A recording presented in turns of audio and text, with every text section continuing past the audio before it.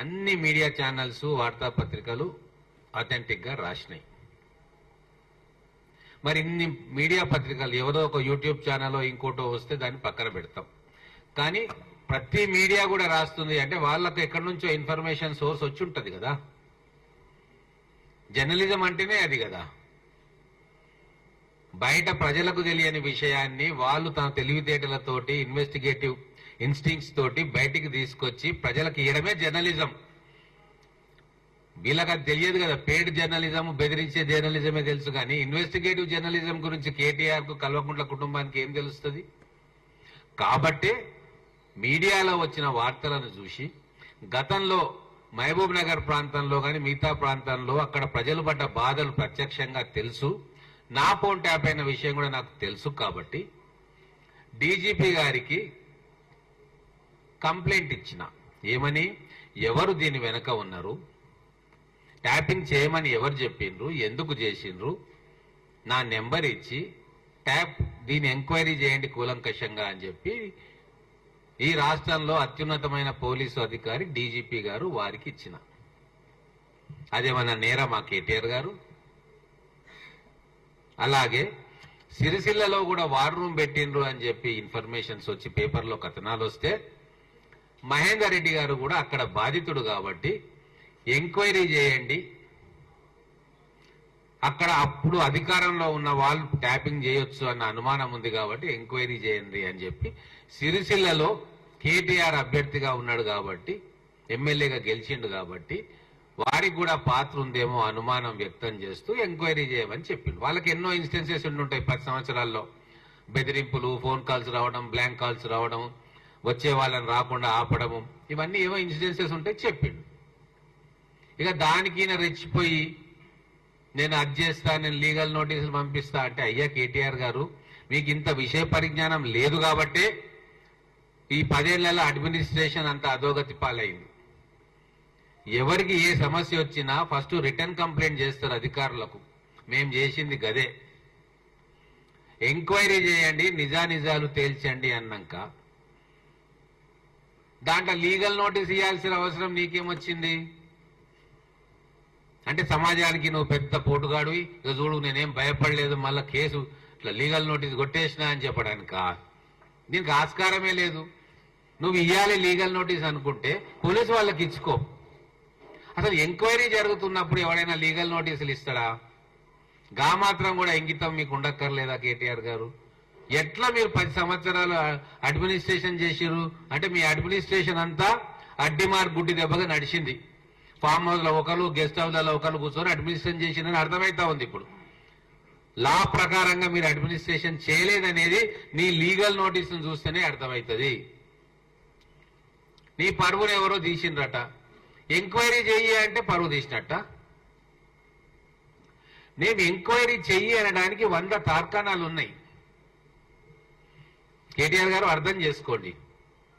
Media కథనాలతో పాటు మా స్వయం ఎక్స్పీరియన్సెస్ తో పాటు పబ్లిక్ పడుతున్న బాధలు మాకు తెలిసిన విషయాలు కావచ్చు, ఇవన్నీ కూడా తెలుస్తున్నాయి. కాబట్టి లాజికల్ కన్క్లూజన్ గా దీనికి ఎవరు బాధ్యులో తేల్చాలి అని చెప్పి ఒక బాధితుడిగా కంప్లైంట్ చేసినాం మేము.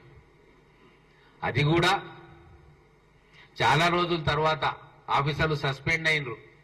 ఇప్పుడు కోర్టులు ఉన్నాయి, న్యాయస్థానాలు. మీరు లీగల్ నోటీస్ ఇచ్చి మళ్ళీ కోర్టులోనే కదా కేసు వాదించేది. అంటే కోర్టుల మీద మీకు నమ్మకం ఉందని అనుకోవాలి కదా.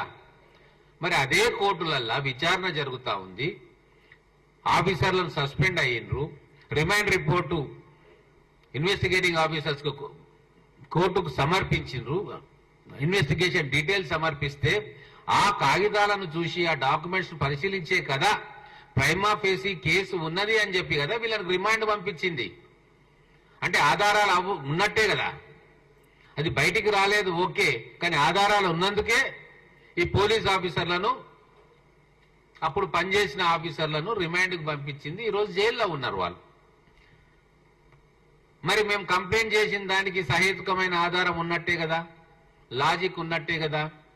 మీరు కొద్దిగానైనా రాజకీయ సోయి ఉండుంటే, లేదు స్వతహాగా మీరు పొలిటికల్ గా పైకొచ్చి ఉండుంటే మేనేజ్మెంట్ కోటా కాకుండా మెరిట్ కోటాలో మీరు రాజకీయంలో ఎత్తుపల్లాలు తెలుసుకొని ఎమ్మెల్యే మంత్రి అయ్యుంటే మీ రియాక్షన్ వేరేలాగా ఉంటుండే. నేను మీ ప్లేస్ లో ఉంటే నేను ఏం చేస్తానో తెలుసా కేటీఆర్ గారు? నేను లెటర్ రాస్తా డీజీపీకో ఇన్వెస్టిగేటింగ్ ఆఫీసర్స్ కో, అయ్యా నా పేరు అనవసరంగా బయటికి వస్తా ఉంది, దీంట్లో మీరు నిజానిజాలు నిగ్గు తేల్చండి, దయచేసి పబ్లిక్ కు చాలా క్లియర్ చేయండి, ఈ ఫోన్ ట్యాపింగ్ వ్యవహారంలో నా పాత్ర లేదు అని చెప్పి నేను నిరూపించుకోదలుచుకున్నా, నిష్పక్షపాతంగా ఎంక్వైరీ చేయండి అని చెప్పి రాసి ఉండేవాడిని. మీరు అదే చేయాల్సి ఉండే. మీకు ఒక ఉదంతం గుర్తు చేస్తా. నేను చిన్నగా ఉన్నప్పుడు, చిన్నగంటే long back 30 years back Jain hawala case అని ఒకటి వచ్చింది. చాలా మంది మీడియా మిత్రులకు తెలిసే ఉంటది. ఏవో 2 డైరీలు దొరికినాయి, దాంట్లో ఇనిషియల్స్ ఉన్నాయి అని చెప్పి రాజకీయ నాయకులకు హవాలా డబ్బు చేరింది అని చెప్పి అప్పుడు కేసు పెట్టిండ్రు. దాంట్లో ఎల్కే అనో లేదా ఎల్ఏ అనో చిన్న ఇనిషియల్స్ ఉండే. అడ్వాణీ గారికి హవాలా డబ్బు అందింది అని చెప్పి ఆ రోజు మీడియాలో కథనాలు వస్తే వారు రాజీనామా చేసిండ్రు. తన లోక్సభ సభ్యత్వానికి రాజీనామా చేసి, నా మీద అలిగేషన్స్ వచ్చినాయి కాబట్టి నేను నిర్దోషిగా తేలే వరకు మళ్ళీ నేను రాజకీయ క్షేత్రంలో కానీ చట్టసభల్లో ఉండను అని చెప్పి ఆ రోజు రాజీనామా చేసి, నాకు ఇంకా గుర్తు. అటువంటి ఉన్నతమైన వ్యక్తులు ఉన్న దేశం ఈ భారతదేశం. మరి మీరేం చేస్తున్నారు? లీగల్ నోటీసులు పంపించి బెదిరించాలని చూస్తున్నారు. పంపించండి, డీజీపీ గారికి కూడా లీగల్ నోటీస్ పంపించండి, నా మీద ఎందుకు ఎంక్వైరీ చేస్తున్నారు మీరు అని. వాళ్ళ డ్యూటీనే ఎంక్వైరీ చేయడం, చేస్తారు. మీరుంటే మీ మీద చేస్తారు, మీ రోలు ఉంటే, లేకుంటే కేసీఆర్ మీద ఉంటే కేసీఆర్ మీద చేస్తారు, మంత్రుల మీద చేస్తారు. మేము ఏదైనా తప్పు చేసినా కూడా మా మీద చేస్తాం. వాళ్ళ డ్యూటీ, వాళ్ళకు జీతాలు ఇచ్చేది ప్రజల సొమ్ము, అది వాళ్ళ డ్యూటీ, వాళ్ళు చేయడానికి ఇస్తున్నారు, అది వాళ్ళు చేస్తున్నారు. ఇంకొక విషయం, ఒప్పుకున్నారు, వచ్చింది మీడియాల కథనాలు, టాస్క్ ఫోర్స్ వాహనాల్లో డబ్బులను డిస్ట్రిబ్యూట్ చేసినాము, టీఆర్ఎస్ పార్టీ క్యాండిడేట్లకు డబ్బులను చేరవేసినాము. మరి దాంట్లో సిరిసిల్ల కూడా చేరవేసి ఉండొచ్చు కదా. డబ్బులు మీవేనా? మీరే పంచుతుండ్రా మీ క్యాండిడేట్లకు? ఎందుకంటే you are the working president of the party. ఎవరికి ఎంత డబ్బు ఇవ్వాలా, ఎలక్షన్ ఎక్స్పెన్సెస్ కో ఇంకో దానికో లిక్కర్ కో ఏమి ఇవ్వాలి అనేది మీ కనుసన్నలలో ఉండే జరుగుతుంది కదా. దీనికి మీరు ఒప్పుకుంటారా? వర్కింగ్ ప్రెసిడెంట్ గా మళ్ళీ మీరు అనొచ్చు, వర్కింగ్ ప్రెసిడెంట్ గా నాకు ఏమీ తెలియదు, అంత మా ఫాదర్ నాయన గారే చూస్తున్నాను మీరు అనొచ్చు. కానీ మేమైతే అనుకోం. వర్కింగ్ ప్రెసిడెంట్ గా ఎవరెవరికి ఎంతెంత డబ్బు ఇవ్వాలి అనేది మీకు తెలిసే ఉంటుంది. ఒకవేళ మీకు తెలియలేదంటే వర్కింగ్ ప్రెసిడెంట్ కుర్చీలో కూర్చోడానికి మీరు అనర్హులు, మేనేజ్మెంట్ కోటాలో కేసీఆర్ గారు ఆ కుర్చీలో మిమ్మల్ని కూర్చోబెట్టిందని చెప్పి టీఆర్ఎస్ వాళ్ళు అనుకుంటారు. మేము కాదు, బీఆర్ఎస్ వాళ్ళే అనుకుంటారు. కాబట్టి మీకు తెలిసే ఉంటుంది ఏ క్యాండిడేట్కి ఎన్ని డబ్బులు పంపించాలి. అవి టాస్క్ ఫోర్స్ వెహికల్లో మేము సప్లై చేసినాము అని చెప్పి స్వయాన రిమాండ్ లో ఉన్న పోలీస్ ఆఫీసర్లు చెప్తున్నారు. అది కూడా మీడియా కథనాలు వస్తా ఉన్నాయి. మరి ఇప్పుడు ఇంకొక కేసు దృష్టికి నేను తీసుకొని వెళ్తా.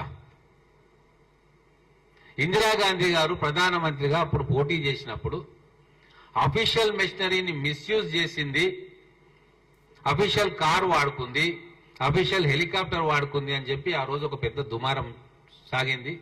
అప్పుడున్న కోర్టు ఒక స్టెనోగ్రాఫర్ను కూడా అఫీషియల్ గా వాడుకున్నారు అని చెప్పి ఆ రోజు అలహాబాద్ హైకోర్టు ఒక తీర్పు ఇచ్చింది. అప్పటి ప్రధానమంత్రి గారిని డిస్క్వాలిఫై చేస్తూ తీర్పిచ్చింది. ఆ లెక్కన ఈరోజు టాస్క్ ఫోర్స్ వెహికల్స్ లో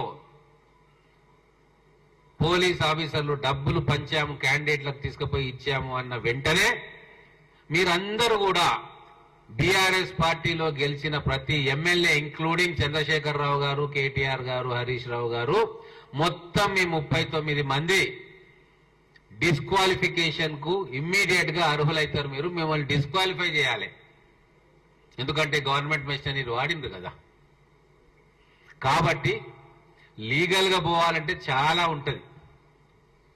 తెలిసి తెలియక మిడిమిడి జ్ఞానంతో ఎవడని మీ పక్కన ట్విట్టర్ మెసేజ్లు ఇచ్చే ఫ్రెండ్స్ ఉంటారు కదా, ఈ మధ్యలో ఐటీలో ఇంజనీరింగ్ చేసి పక్కన కూర్చొని మేము స్ట్రాటజిస్టులము, మేము స్ట్రాటజీ చెప్తామని చాలా మంది తయారయ్యారు. ఇప్పుడు వార్డు మెంబర్లు కూడా గెలిచి తెలివి వాళ్ళకు ఉండదు. కానీ దేశంలో ప్రధానమంత్రిని చేస్తాం, రాష్ట్రంలో ముఖ్యమంత్రిని చేస్తాం తిరిగేటోళ్ళు వందల వేల మంది బ్యాచ్ తయారైనరు. ఆ బ్యాచ్ లో సగం మంది ఈ రోజు కేటీఆర్ పక్కనే ఉంటారు. ఎందుకంటే పేమెంట్ ఎక్కువ వస్తుందిగా. ఇక వాళ్ళు ఏం చెప్పిండ్రో, ఏం సలహాలు ఇచ్చారో మాకు లీగల్ నోటీసులు ఇచ్చినావు, సంతోషం. నేను దాన్ని చదవను కూడా చదవలే, ఎందుకంటే అదొక ట్రాష్ కాబట్టి. లీగల్ నోటీస్ ఇచ్చే టైము ఇది కాదు కాబట్టి. నిజంగా నీకు లీగల్ నోటీస్ ఇవ్వాలి అంటే రేవంత్ రెడ్డి గారు మీకు ఇవ్వాలి. 2500 కోట్లు ఢిల్లీకి కప్పం కట్టిన స్పెసిఫిక్ నిరాధారమైన ఆరోపణలు చేసినావు కాబట్టి మీకు లీగల్ నోటీసు మేము ఇవ్వాలి. కానీ మేము వాటన్నిటి దగ్గర పోదలుచుకోలే. రాజకీయంగా ఎన్నో మాట్లాడతారు, కొన్ని వింటాం, కొన్ని విననట్టు వదిలేస్తామన్న అనుభవం మాకుంది. ఎందుకంటే మేము మెరిట్ కోటాలో వచ్చినాం, మేనేజ్మెంట్ కోటాలో రాలే. ఎగ్జామ్ పేపర్ చూసి పాస్ కాలే. ఎవరో కంప్లీట్ గా తయారు చేసుకున్న నియోజకవర్గంలో ఆ తండ్రికి కొడుకు కాబట్టి బీఫామ్ తీసుకొని పొత్తులతోటి నువ్వు గెలిచినావు. మాలాగా కష్టపడి ఉద్యమాలు చేసి ఒక్కొక్క మెట్టెక్కుకుంటా ఎమ్మెల్యే కాలేదు కదా నువ్వు. ఇవన్నీ మీకేం తెలుస్తాయి? గెలవంగానే నువ్వు పార్టీకి లీడర్ అయిపోతుంది, రాగానే పార్టీకి లీడర్ అయిపోతివి. బీఫామ్ చేతిలో పెట్టంగానే ఆడ టీడీపీ తోటి పొత్తుండే కాబట్టి ఇంతకు ముందు చేసిన ఉద్యమ ఫౌండేషన్ లో ఎమ్మెల్యే అవుతుంది. ఎమ్మెల్యే కాగానే ఇప్పుడు మంత్రి, ప్రభుత్వం రాగానే మంత్రి అయిపోతివి. నీకు ఇవన్నీ ఏం తెలుస్తాయి? అందుకే అయ్యా, ఏం చేయాలనుకున్నా కూడా జాగ్రత్తగా ఆలోచించి చెయ్యి. ఇప్పుడు మేము బీఆర్ఎస్ నాయకుల గురించి కానీ ఆ కుటుంబం గురించి కానీ చెప్పదలుచుకున్నా. మీరు నీతి నిజాయితీల గురించి, రాజకీయాల్లోని విలువల గురించి మీరు మాట్లాడుతున్నారు. ఎంత దారుణం, దుర్మార్గం అంటే ఒక బీజేపీ ఎమ్మెల్యే తన ఇంట్లో జరిగే శుభకార్యానికి కార్డు ఇద్దామని పోతే లోపల మీటింగ్ జరుగుతుంటే స్క్రోలింగ్లు వచ్చినాయి. ఆ కుటుంబ సభ్యులే లీక్ చేసిర్రు మీడియాకి, ఆయన బీఆర్ఎస్ పార్టీలో జాయిన్ అవుతున్నాడు అని. అంటే అంత దౌర్భాగ్యంగా రాజకీయ విలువలు లేకుండా ప్రవర్తించిన కుటుంబం మీ కుటుంబం.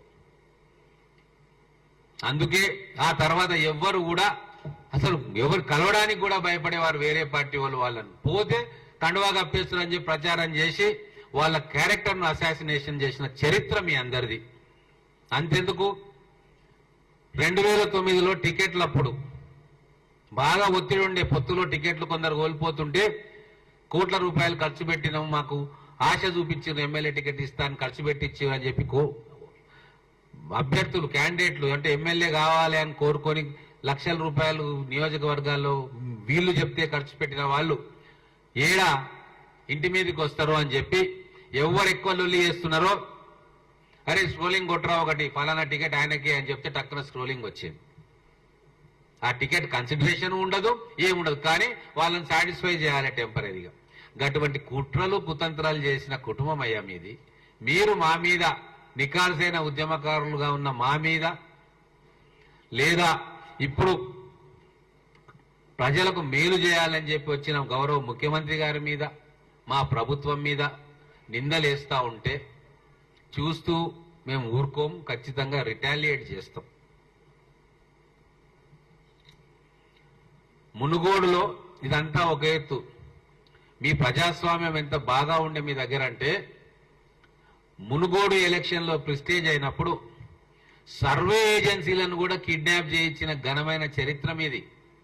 అంటే సర్వే చేసుకుందామని చెప్పి ఎవరో ఒక ఏజెన్సీ నియోజకవర్గంలో సర్వేకు పోతే వాళ్ళను కూడా ఇటువంటి ఆఫీసర్లను పెట్టుకొని వాళ్ళని కిడ్నాప్ చేయించి ఆ నియోజకవర్గం జిల్లాలు దాటి వార్నింగ్లు ఇచ్చి బయట వచ్చి వదిలేసిన చరిత్రలు మీవి. ఇవన్నీ ఎవరికి తెలియదు? మీ ఎమ్మెల్యేలు, ఎంపీలు ఎక్కడ గ్రౌండ్ లో కూర్చొని ఉన్న వాళ్ళు. మునుగోడు ఎలక్షన్లలో మీరు ఎంపీటీసీకి ఒక్కొక్క ఎమ్మెల్యేని, ఎంపీని ఇచ్చిండ్రు. వాళ్ళు నియోజకవర్గంలో లేకుంటే కూడా ఇమ్మీడియట్ గా మీరు ఫోన్లు చేసిండ్రు. వాళ్ళ ఫోన్లు ట్యాప్ చేయకుంటే, వాళ్ళ లొకేషన్లు మీరు ట్రేస్ చేయకుంటే, వాళ్ళు ఉన్న ఎంపీటీసీ పరిధిలో ఉన్నారా లేదా బయటికి పోయిందని మీకేటో తెలుస్తుంది మహాశయ? ఇవన్నీ తార్కాణాలు కాదా? మా మీద ట్యాప్ చేసిందనేది అత్యంత సహజం. విచిత్రం ఏంటంటే మీ పార్టీ ఎమ్మెల్యేల మీద కూడా ట్యాపింగ్ అస్త్రాన్ని ప్రయోగించిండ్రు, మీ మంత్రుల మీద ప్రయోగించిండ్రు. లాస్ట్కు వచ్చే కథనాలు వింటా ఉంటే మళ్ళీ ఇంకో లీగల్ నోటీస్ ఇస్తావేమో, ఇచ్చే అది కూడా తీసుకుంటా, మీ కుటుంబ సభ్యుల మీదనే ఒకరి మీద ఒకరు ట్యాపింగ్ వస్తారని ప్రయోగించిండ్రని చెప్పి బయట అనుకుంటా ఉన్నారు. మరి అనుకున్న విషయం నేను ఇప్పుడు మీడియా ద్వారా చెప్తున్నా కాబట్టి ఇంకో లీగల్ నోటీస్ అది కూడా తీసుకుంటా. ఒకటే లాయర్కి 5-6 ఇస్తే నాకు ఫీజు కూడా తగ్గుతుంది. తర్వాత అదే మునుగోడు ఎన్నికలలో ఫామ్ హౌస్ లో 3 ఎమ్మెల్యేలు మాట్లాడుతున్న మాటలు మీరు ట్యాప్ చేసింది వాస్తవమా కాదా? 3 మీ ఎమ్మెల్యేలు మునుగోడు ఎలక్షన్ జరుగుతుంటే బయటకు వచ్చిన విషయం మీకు ఎట్ట తెలిసింది? ప్రగతి భవన్ గడిలో నాకైతే అర్థం కాలేదు. వాళ్ళ ఫోన్లు ట్యాప్ చేసుకొని వాళ్ళు మాటలు మాట్లాడుకుంటేనే కదా మీకు తెలిసింది. మరి అది నేరమే కదా, ఇంతకంటే సాక్ష్యం ఏమన్నా కావాలా? అది తెలిసి విని దాన్ని పెద్ద కథలు వినవు కదా, ఎవరో వచ్చిండ్రు కొనుక్కోవడానికి వచ్చిండ్రు, అది వచ్చిండ్రు ఇది వచ్చిండ్రు అని. సరే అప్పుడు పోలీసు వాళ్ళతో కూడా అబద్ధాలు చెప్పించినావు పాపం, వాళ్ళు ఇప్పుడు తలకాయలు వాళ్ళ కొట్టుకుంటున్నారు, ఏం చేయాలి ఇప్పుడు మారింది ప్రభుత్వం అని చెప్పి. అదొక అంశం పక్కన పెడదాం. సాక్షాత్తు ముఖ్యమంత్రి గారే ఆ రోజు ఒప్పుకున్నారు కదా, మేము ఈ ఎమ్మెల్యేల ఫోన్ ట్యాపింగ్ చేసినాము, ఆ రికార్డింగ్స్ మేము విన్నాము అని చెప్పి పత్రికా మిత్రుల సాక్షిగా విలేకరుల సమావేశం ఏర్పాటు చేసి దాన్ని ప్లే చేసి రికార్డ్ చేసింది ప్లే చేసి మీకు వినిపించిండ్రు కదా. మరి అది సాక్ష్యం కాదా? మీరు టెలిఫోన్ ట్యాపింగ్ కు పాల్పడ్డారు మీ కుటుంబం అని, దానికి ఇంతకంటే ప్రబలమైన సాక్ష్యం ఏం కావాలి? గతంలో ప్రభుత్వాలు చేయలేదా అని చెప్పి నువ్వు పెద్ద క్వశ్చన్ మార్క్ చేసినావు దీర్ఘంగా. అయ్యా, బ్రిటిష్ వాళ్ళు ఉన్నప్పుడు కూడా ఇంటెలిజెన్స్ వ్యవస్థలు పనిచేసేవి, స్వాతంత్రం వచ్చినాక ఇంటెలిజెన్స్ వ్యవస్థలు పనిచేసినాయి చేస్తాయి. ఎప్పుడు కూడా హ్యూమన్ ఇంటెలిజెన్స్ కావచ్చు, టెక్నాలజీతో చేరే ఇంటెలిజెన్స్ కావచ్చు, తీవ్రవాదుల మీద, అతివాదుల మీద, సమాజ శ్రేయస్సుకు భంగం కలిగించే వ్యక్తుల మీద, వాళ్ళ మీద చేస్తారు, భవిష్యత్తులో కూడా చేస్తాయి. కానీ మీలాగా పొలిటికల్ అపోనెంట్స్ ఫోన్లు ట్యాప్ చేసే కుసంస్కారులు మాత్రం ఎవరు కూడా ఈ తెలంగాణలో అధికారంలో ఉన్నవాళ్ళు కానీ, ప్రతిపక్షంలో ఉన్నవాళ్ళు కానీ, సమైక్య ఆంధ్రప్రదేశ్లో ముఖ్యమంత్రులుగా ఉన్నవాళ్ళు ఏ రోజు చేయలే. ఒకవేళ ఎవరో ఒకరో ఇద్దరో ఏదో తప్పుదారిన ఏదైనా కేసుల్లో ఇరుక్కొని ఉండి ఎవరినో ట్యాప్ చేయబోయి వీళ్ళ మాటలు వచ్చినా అది కేవలం పోలీస్ అధికారులు విని ఆ రిపోర్టు తీసుకునే వాళ్ళు తప్ప,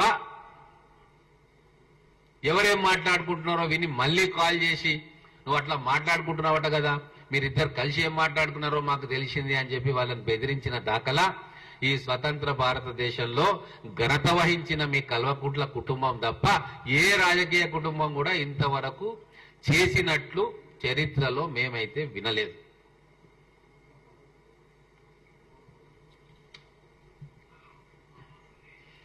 ఒకటి ఉంది, ఇంకా ఘోరమైన విషయం, హైకోర్టు జడ్జీల ఫోన్లు కూడా ట్యాప్ అయినాయని చెప్పి ఇప్పుడు మీడియాలో కథనాలు వస్తా ఉన్నాయి. మీరే కదా రాసింది, ఇన్వెస్టిగేషన్ చేసి జర్నలిస్ట్ మిత్రులే రాసిండ్రు, ఊరికే రాయరు కదా.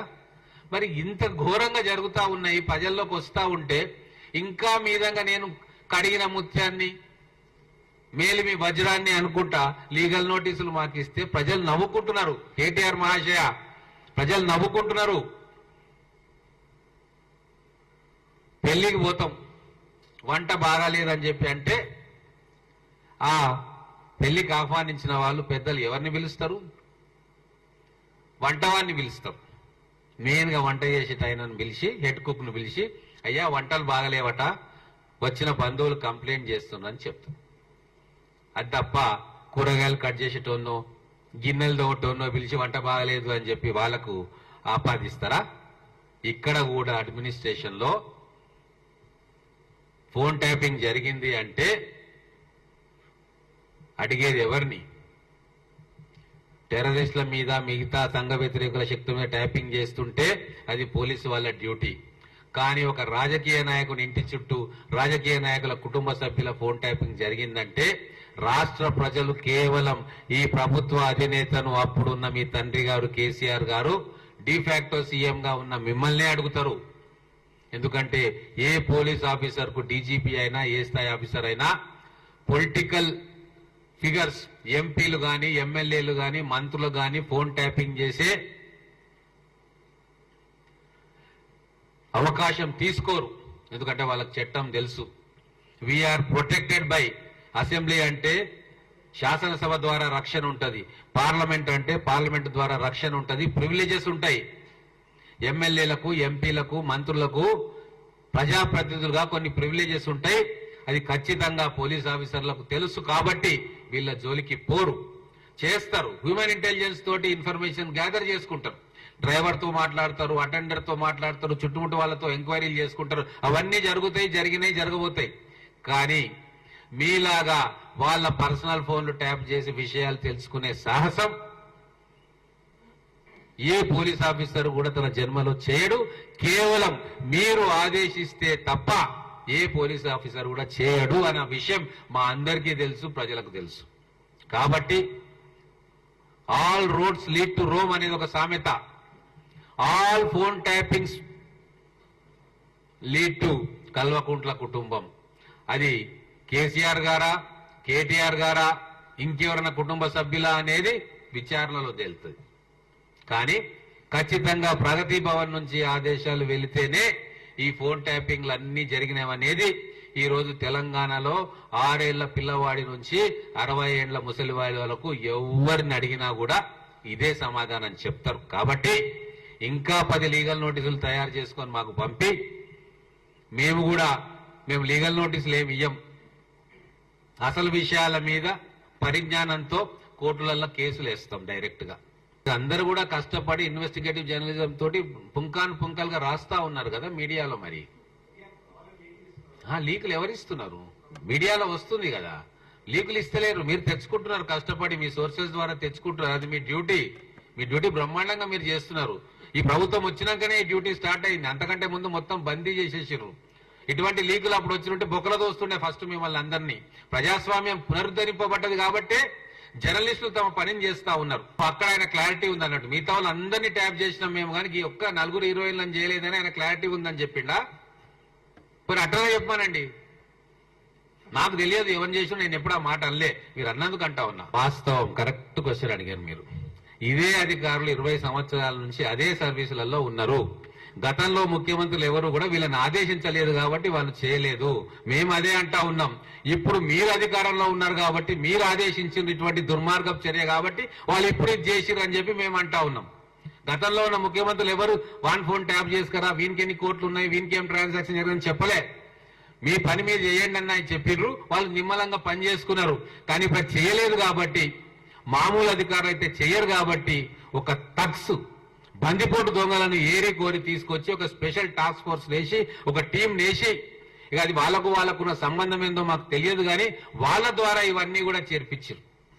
గతంలో ఉన్న ఆఫీసర్లు ఆయన పేరు చెప్పిండు, మహేందర్ రెడ్డి గారు కావచ్చు, ఎక్స్ కావచ్చు, వై కావచ్చు, వాళ్ళు నిజాయితీగా నిక్కచ్చిగా వాళ్ళ డ్యూటీలు చేసుకొని ప్రెసిడెంట్ మెడల్స్, స్టేట్ మెడల్స్ అన్ని తెచ్చుకున్న ఆఫీసర్లు. వాళ్ళు చెప్తే చెయ్యరు అని చెప్పి వాళ్లకు తన్నాన పాడే ఆఫీసర్లు, బంధువులు, లావాదేవీలు ఉన్నాయో ఇచ్చుపుచ్చుకాల్లో ఏమున్నాయో మాకు తెలియదు, వాళ్ళని తీసుకొచ్చి ఒక స్పెషల్ టీమ్ గా చేసి వాళ్ళతోటి కార్యక్రమాలు చేసిరు. మరి అది ఆయనకు కూడా తెలుసు కాబట్టి వాళ్ళు ఉన్నారు కదా, వీళ్ళు ఉన్నారు కదా అంటాడు. వాళ్ళు ఉన్నప్పుడు జరగలే. అప్పుడున్న ఇంటెలిజెన్స్ ఐజీ గారు 1 ఇయర్ తర్వాతనే పక్కకు పంపించిన విషయం కూడా మీకు తెలుసు. మరి ఎందుకు చెప్పిన మాట వినలేదని చేసిండేమని నేను అనుకోవాలి. ఇప్పుడు నేను అదే అంటున్నా కదా, దేనికి లీగల్ నోటీసు పంపాలో కూడా తెలుస్తలేదు వాళ్లకు. వాళ్ళు పంపాల్సింది లెటర్ పంపాలి, కూలంకషంగా ఎంక్వైరీ చేసి నన్ను నా మీద ఉన్న ఈ అపవాదం తొలగించాలని పోలీసు వాళ్ళకి లెటర్ రాయాలి. ఆయన నాకు లీగల్ నోటీస్ ఇస్తే నేనేం చేస్తా, అది తీసుకుపోయి మా లాయర్కి ఇస్తా, లాయర్ చూసుకునేది చూస్తాడు. నేను ఇంకా చాలా స్పష్టంగా డీప్ గా ఎంక్వైరీ చేయాలి. ప్రజాస్వామ్యంలో ఈ టెలిఫోన్ ట్యాపింగ్లు ఉండకూడదు. మా ప్రాథమిక హక్కులకు భంగం కలుగుతా ఉంది. రాజ్యాంగం ఇచ్చిన హక్కు పెద్దవాడికైనా చిన్నవాడికైనా ఒకటే ఓటు అన్నట్టుగా కోట్ల రూపాయల విలువైన మనిషికైనా ప్రైవసీ అంతే ముఖ్యము, గుడిసెల్లో పండుకునే వ్యక్తులకు కూడా ప్రైవసీ అంతే ముఖ్యమని రాజ్యాంగం చెప్పింది. కాబట్టి నా ప్రైవసీకి భంగం కలిగింది కాబట్టి మీరు విచారణ చేయండి మహాశయ అని చెప్పి నేను అడిగితే ఈయనకేం కష్టం వచ్చింది నాకు అర్థం కాదు. అంటే మీరు చేసిందని చెప్పి మీకు అర్థమైపోయింది అన్నట్ట. ఏంది ఇది? అవునమ్మా, ఇప్పుడు టెలిగ్రాఫ్ యాక్ట్ వైలేట్ చేసిండ్రు, ఇంకా చాలా చట్టాలు ఉల్లంఘించిండ్రు. ఎవరెవరు ఉల్లంఘించిండ్రు, దీన్ని తీగలాగితే డొంకంత కదులుతా ఉంది. ఇన్వెస్టిగేషన్ చేయాల్సింది చాలా ఉంది. ఓన్లీ మీరు 5-6 మంది ఆఫీసర్స్ గురించి మాట్లాడుతూ ఉన్నారు. ప్రతి జిల్లాలో ఇటువంటి వాళ్ళు డజన్ల కొద్ది ఉండి ప్రజల హక్కులను భంగం కలిగించారు. మరి వాళ్ళందరినీ కూడా వెలికి తీయాలి కదా. వాళ్ళు చేసిన దుర్మార్గం ఇంకా ఎక్కువ ఉంది. ఈ పెద్ద స్థాయి ఆఫీసర్ల కంటే కింది స్థాయి ఆఫీసర్లు మారణహోమం సృష్టించింది, అక్కడ అలజడి సృష్టించారు. మొత్తం ఎవరిని వదిలిపెట్టలే. మరి అటువంటి వాళ్ళను కూడా వెలికి తీయాల్సిన బాధ్యత ఇప్పుడున్న అడ్మినిస్ట్రేషన్ మీద ఉంది కదా. నిజం నిలకడగా తేలుతుంది. తొందరపడి తొందరగా ఏమైనా చేస్తే కాళేశ్వరం కూలినట్టు కేసులు కూడా కూలుతాయి. కాబట్టి మేము చాలా జాగ్రత్తగా ఇప్పుడున్న అడ్మినిస్ట్రేషన్ తొందరపడదలుచుకోలే. చట్ట ప్రకారంగా లీగల్ గా ముద్దాయిలకు కూడా వాళ్ళ హక్కులను గౌరవిస్తూ వాళ్ళకు కావాల్సిన వెసులుబాటును వాళ్ళకి ఇస్తూ భారత రాజ్యాంగం వాళ్ళకి ఎటువంటి హక్కులను ఇస్తుందో అవి కూడా ఇచ్చుకుంటూ ఒక ప్రజాస్వామ్య ప్రభుత్వం ఎట్లా మెలగాలనో అట్లా మా ప్రభుత్వం ఈ రోజు ఎంక్వైరీలో కూడా ప్రజాస్వామ్య స్ఫూర్తిని కనబరుస్తా ఉంది. తీగలాగితే డొంక కదులుతా ఉంది. మొదలు ఒక ఆఫీసర్ అనుకున్నారు, బంచ్ ఆఫ్ ఆఫీసర్స్ వెళ్ళినరు, డిస్ట్రిక్ట్ లో సెంటర్స్ అంటున్నారు, వాళ్ళని ఎంక్వైరీ చేయాలి. ఎక్కడెక్కడికి పోతుందో ఇంకా మనకి అంతుపట్టట్లేదు. ఇంకోటి అంతర్రాష్ట్రీయంగా ఇంకెక్కడెక్కడో చేసిందనే వార్తలు వస్తూ ఉన్నాయి. కర్ణాటకలో చేసిరు, మహారాష్ట్రలో చేసిందనే వార్తలు వస్తూ ఉన్నాయి. మరి ఇవన్నీ కూడా కొరాబరేట్ చేసుకోవాలి, వెరిఫై చేసుకోవాలి, సాక్ష్యాలను సేకరించాలి, సాక్షులను విచారించాలి, ఆఫీసర్ల స్టేట్మెంట్లు తీసుకోవాలి. చాలా ప్రక్రియ లీగల్ గా ఒక వ్యక్తిని దోషి అని తేల్చడానికి చాలా జాగ్రత్తలు తీసుకోవాలి. కేవలం బట్టగాల్చి మీదేసి ఈయన కాదు అంటే కాదు. ఒక కేసు కోర్టులో ప్రవేశపెట్టినప్పుడు తగు సాక్ష్యాధారాలతో ప్రవేశపెడితేనే దోషులకు శిక్ష పడుతుంది. అది మేము ఖచ్చితంగా నమ్ముతున్నాం. కాబట్టి మెల్లమెల్లగా అన్ని కూడా బయటికి తీస్తాం. చెప్పం అమ్మా, మీ అందరి బాధ నాకు తెలుసు. కాబట్టి నేను మొట్టమొదటిగా ఒక ఎమ్మెల్యేగా ఉండి కూడా పోయి డీజీపీ గారికి కంప్లైంట్ ఇచ్చిన. ఆ రోజే చెప్పిన, వేల మంది బాధితులు తెలంగాణలో ఉన్నారు. ఆ బాధితులందరి తరఫున నేను ఈ రోజు మొదటి కంప్లైంట్ ఇస్తున్నా అని చెప్పిన. ప్రజాస్వామ్యం బతకాలి, ప్రజాస్వామ్య స్ఫూర్తి తెలంగాణలో ఉండాలని చెప్పి మేము ఎన్నో సాక్రిఫైసెస్ చేసి తెలంగాణ రాష్ట్రాన్ని తెచ్చుకుంటే ఈ దోపిడీ దొంగల బారిన పడ్డది మాకు చాలా బాధగా ఉంది. మీరు అందరికీ కూడా న్యాయం జరగాలని చెప్పి మాలాంటి వ్యక్తుల పోరాటం, మా ప్రభుత్వం కూడా, మా గౌరవ ముఖ్యమంత్రి గారు కూడా, ఆయన కూడా మన అందరు కోబాధితుడే, ఆయన కూడా బాధితుడే. మనందరికంటే ఎక్కువ బాధలు పడ్డది మా గౌరవ ముఖ్యమంత్రి గారు. ఫోన్ ట్యాపింగ్ చేసి ఆయనను ఇరికించి జైలుకు పంపించారు. ఆ ఎమ్మెల్సీ విషయంలో ఒక కుట్ర జరిగింది ఆ రోజు. అంటే అందరికంటే ఎక్కువ బాధలు పడ్డది మా గౌరవ ముఖ్యమంత్రి గారు. కాబట్టి కూతురు పెళ్లి కూడా అటెండ్ కాలేని పరిస్థితిలో ఆయన పడ్డ బాధ మేమందరం ప్రత్యక్షంగా చూసినాం. కాబట్టి ఆయనకి బాధ తెలుసు. కాబట్టి లోతుల్లోకి వెళ్తాడు. దోషులు ఎవరైనా సరే, ఎంత పెద్ద స్థాయిలో ఉన్నా సరే ఖచ్చితంగా శిక్ష పడుతుందన్న నమ్మకం మాకుంది.